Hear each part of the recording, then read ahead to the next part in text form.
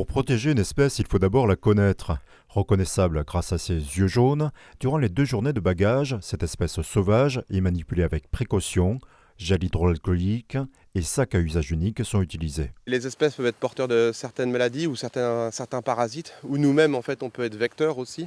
Le bureau d'études environnementales Venatura, créé par la Fédération des chasseurs, a été missionné par Engie Green pour mesurer l'impact de l'implantation des parcs éoliens sur le Dicknam criard. Tout ce qui va être collision avec le mât ou avec les pales, tout ce qui est effet indirect, ça va être perte d'habitat, ça va être dérangement. La conclusion, c'est soit le Dicknam n'est pas une espèce sensible aux éoliennes, modérément sensible à l'éolien, les oiseaux sont obligés de dévier de leur trajectoire de vol, soit il n'y a pas d'impact du tout. Il n'y a pas de parasites au niveau de l'œil et au niveau du bec. Cette étude locale s'intègre dans le programme national sur le Dicknam criard. Ce programme a été lancé en 2020 suite à des bilans contradictoires. Et on s'est rendu compte qu'un très grand nombre de paramètres sur l'espèce déclinaient, qui contrastaient par rapport à la dernière enquête nationale qui explicitait qu'en fait on était face à une augmentation de la population au niveau national. Et on s'est dit en fait il se passe quelque chose. Donc on a besoin d'aller vérifier à large échelle et dans différents contextes d'habitat. Ces 2 études se rejoignent aujourd'hui autour de l'impact des modifications de l'habitat pour ces oiseaux, urbanisation, prairies ou éoliennes. Le Dicknam pour le moment, ça semble pas le cas. C'est pas pour ça qu'il n'y a pas un risque. Le Dicknam criard, c'est une espèce qui niche au sol. Donc elle est directement impactée par l'ensemble des travaux, par exemple de semis et de binage. En parallèle à ça, on a une réduction des zones de prairies. Donc c'est tout un lot de zones refuges pour les insectes, pour la ressource alimentaire. C'est pas simplement de pointer une menace potentielle, mais c'est de la quantifier. Et pour pouvoir les hiérarchiser, sur quel type de niveau de problème on peut jouer dans un premier temps. Si l'étude locale de l'impact des éoliennes sur le Dicknam criard devrait se terminer l'an prochain, celle nationale devrait se poursuivre durant plusieurs années avant d'aboutir à des recommandations secteur par secteur. On va mettre en place par exemple des opérations de prélèvement de sang pour faire des évaluations du niveau d'exposition par exemple des oiseaux aux pesticides. En fonction des régions, le niveau d'intensification des pratiques agricoles n'est pas le même. Il faudra entreprendre des mesures de conservation avec la mise en place peut-être de micro-parcelles dédiées à distance des éoliennes pour éviter justement que ces impacts soient de plus en plus marqués. Que ce soit pour les plantes, les insectes ou les oiseaux, certaines espèces enregistrent d'importants déclins, à l'instar des alouettes, dont le taux de présence a baissé de 80%.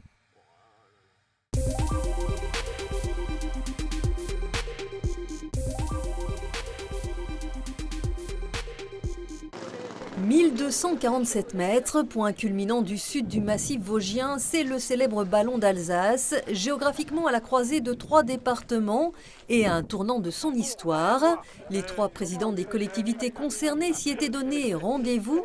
2 étaient déjà membres du SMIBA, le syndicat mixte interdépartemental qui veille sur les lieux, à savoir le territoire de Belfort et la collectivité européenne d'Alsace. Au 1er janvier 2024, le SMIBA accueillera le département des Vosges. Aujourd'hui, je me réjouis en tant que président du SMIBA que le département des Vosges nous rejoigne parce qu'on a un destin commun tous ensemble, à savoir la dynamisation du massif, travailler à sa notoriété. La labellisation Grand Site de France sera un atout aussi touristique important. Et puis donc, ça doit être aussi un vecteur de promotion touristique et de développement économique pour nos vallées. On a déjà une forme de communauté de destin sur ce massif puisque chacun dans un bout du versant, nous composons ensemble le ballon. Donc aujourd'hui, nous retrouver pour travailler ensemble en synergie, je pense que ça a du sens. Cette communauté de destin autour du ballon d'Alsace prendra la forme d'une réflexion de moyens et d'investissements communs pour développer un tourisme 4 saisons de qualité. Là, nous travaillons déjà sur les statuts. Ensuite, nous nous sommes donné une période de réflexion où les différents services d'ingénierie des 3 départements, vous voyez, là aussi, c'est un outil important. On pourra mettre en commun nos services de développement. Donc, nos services vont travailler, les élus vont travailler, on va établir une feuille de route. Alors ensuite, il faudra aussi travailler pour que l'on continue à protéger ce site. Les Vosges ont l'expertise d'un autre lieu renommé du massif, le col de la Schlourte, mais il ne s'agit pas de reproduire un modèle, mais de promouvoir et préserver ce site et ses paysages. On le redécouvre différemment chaque jour, chaque saison. Donc en été, c'est vrai que c'est idéal pour les randonnées, pour le vélo, pour se poser aussi et pour méditer. Cette année, il y a eu des cours de yoga qui ont été proposés, de bains de nature. Puis en hiver, c'est le ski et je dirais c'est le ballon de tous les skis. Et notamment pour les gens qui n'aiment pas les grandes stations. Il se dit qu'il fait bon ballon en toute saison. Parole d'habitué. On a fait une petite promenade à la Vierge, à la Jeanne d'Arc, bien entendu. On est redescendu et puis on a mangé la tarte aux myrtilles. Ça fait du bien. Je monte régulièrement le ballon et voilà, donc c'est formidable. On a du bon air. Nous, on aime bien parce qu'on fait de la marche. Donc avec les copines, on vient souvent. Mais c'est dommage, c'est toujours fermé, quoi. Voilà qui c'est une piste à explorer. La feuille de route des premières actions concernant le ballon d'Alsace sera connue dans l'année à venir.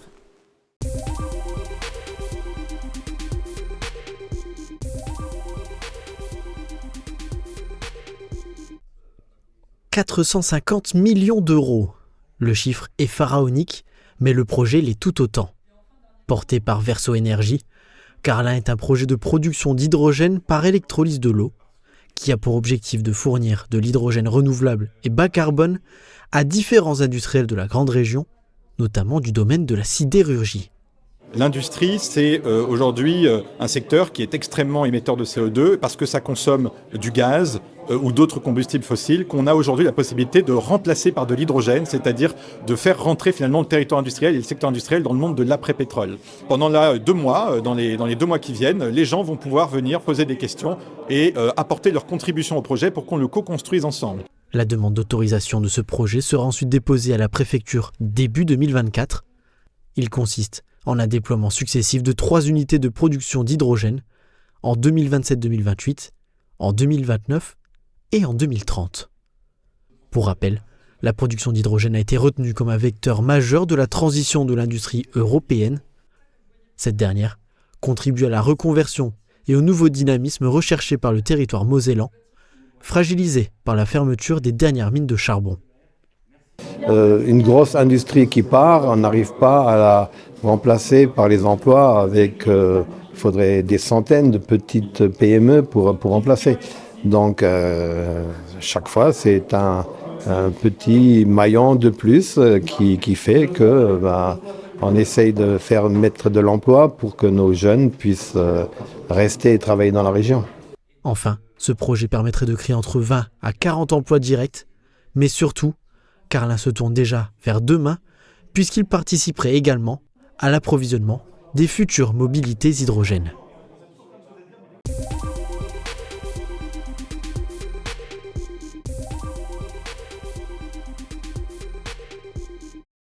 D'ici 2027, l'Aube va accueillir des nouvelles brigades de gendarmerie sans ponctionner les effectifs existants.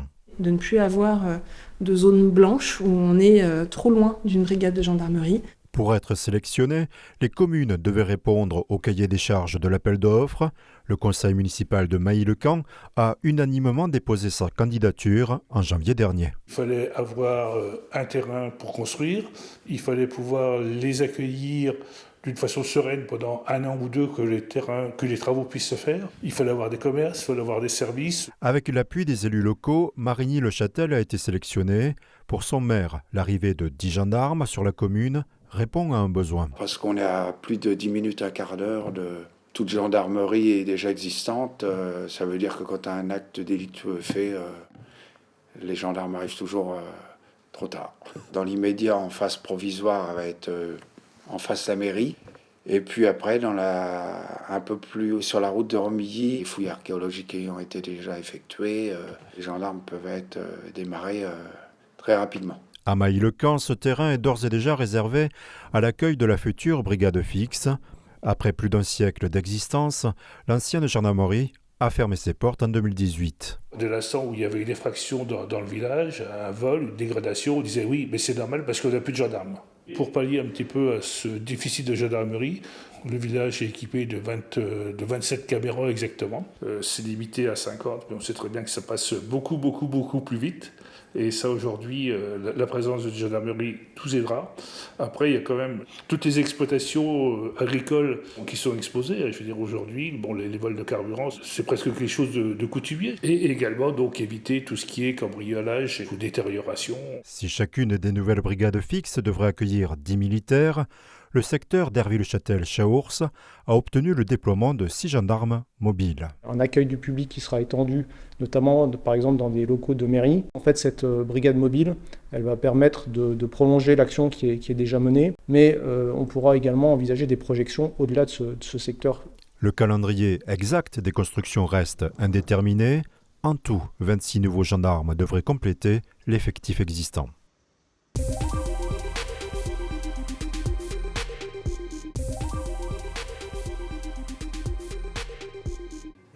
L'événement sera unique en France et se tiendra dans les Vosges. Les 4 et 5 mai prochains, la Cité des Images accueillera la première édition du festival Enjoy Vélo Épinal. Le mot plaisir en anglais associé au mot vélo au pluriel, tout est dit.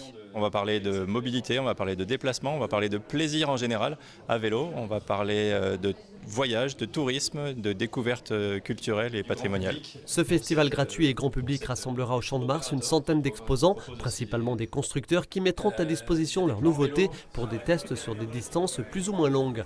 Vélo de ville, vélo cargo, vélo tout chemin, VTT, toutes les pratiques seront représentées, agrémentées d'animations, de concerts et de dégustations de produits du terroir d'ici et d'ailleurs. On voit des routes comme la Loire à vélo qui double sa fréquentation en une seule année.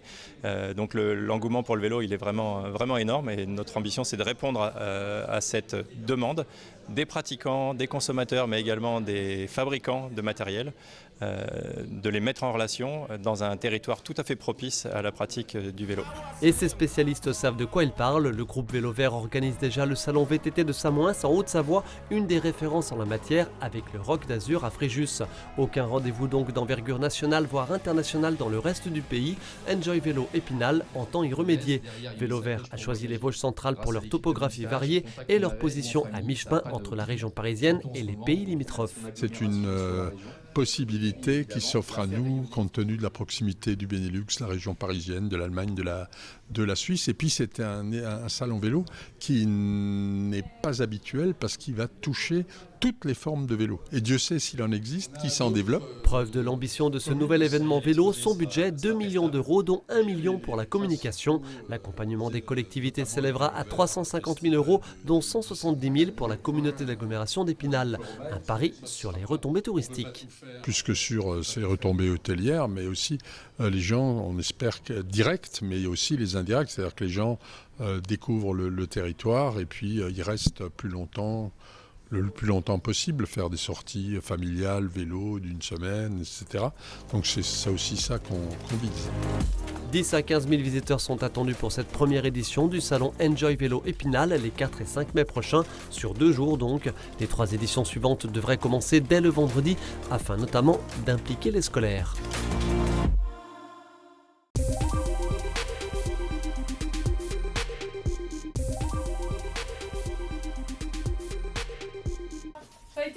Très bien.